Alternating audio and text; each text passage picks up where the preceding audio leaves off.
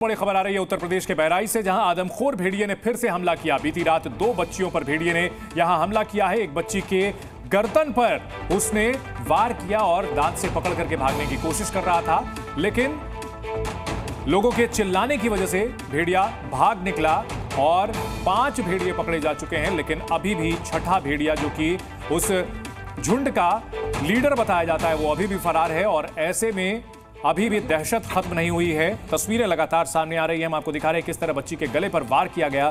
भेड़िया बहुत ही खूंखार जानवर होता है और अपने मजबूत दांतों से बच्चों के गले पर टारगेट करता है, शिकार बनाने की कोशिश करता है।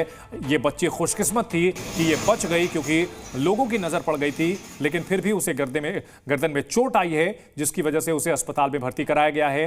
भेड़िया बच्ची को छोड़ करके भाग निकला, लेकिन अभी भी बहराइच के इलाकों में दहशत बनी हुई है। 5वां भेड़िया भले ही पकड़ा गया हो, लेकिन छठा, जिसको अल्फा भेड़िया बोला जा रहा है, जो कि भेड़ियों के झुंड का नेता है, वो अभी भी पकड़ा नहीं जा सका है और अभी भी बताया जा रहा है कि वो हमला कर रहा है, रिहायशी इलाकों में घूम रहा है।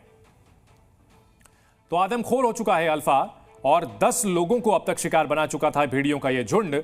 और ये वो तस्वीर है जो 5वां भेड़िया पकड़ा गया तो पिंजड़े के अंदर किस तरह से वो नजर आ रहा था, बिल्कुल सतर्क था, लेकिन उसकी आंखों से, उसके जबड़े से ये अंदाजा लगाया जा सकता है कि ये कितना खूंखार भेड़िया है। छठा भेड़िया अभी भी बाहर है और जिस तरह से उसने एक परिवार पर हमला किया, बच्ची के गर्दन पर वार किया, तो दहशत अभी पूरी तरह से खत्म नहीं हुई है। वन विभाग की सिरदर्दी अभी भी खत्म नहीं हुई है, क्योंकि छठा भेड़िया जो बेहद खूंखार है, बेहद चालाक है। और बताया यह भी जाता है कि जो भेड़िए हैं वो इतने शातिर हैं कि वे अपने आने जाने का रास्ता बदल लेते हैं। इसके अलावा जो उन्हें पकड़ने के लिए पूरी कवायद की जा रही है, ड्रोन देख करके छिप जाते हैं, तमाम तरह की चालाकियां ये भेड़िया दिखा रहा है। और बीती रात उसने फिर से हमला किया। किस तरह से पहला और दूसरा हमला किया वो भी हम आपको बताएंगे।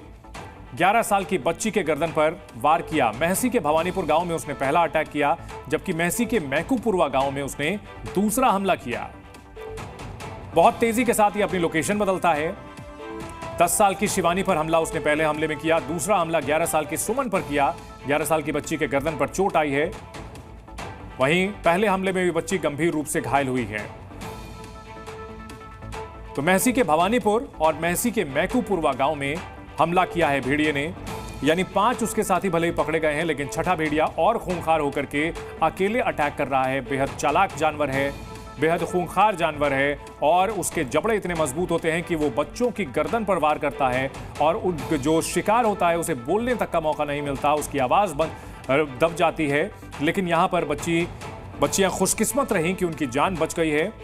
लेकिन सवाल ये भी है कि जो मादा भेड़िया कैद में है, क्या इसी वजह से जो आदमखोर भेड़िया है, अल्फा भेड़िया है, वो और भी ज्यादा भयानक तरीके से हमला कर रहा है।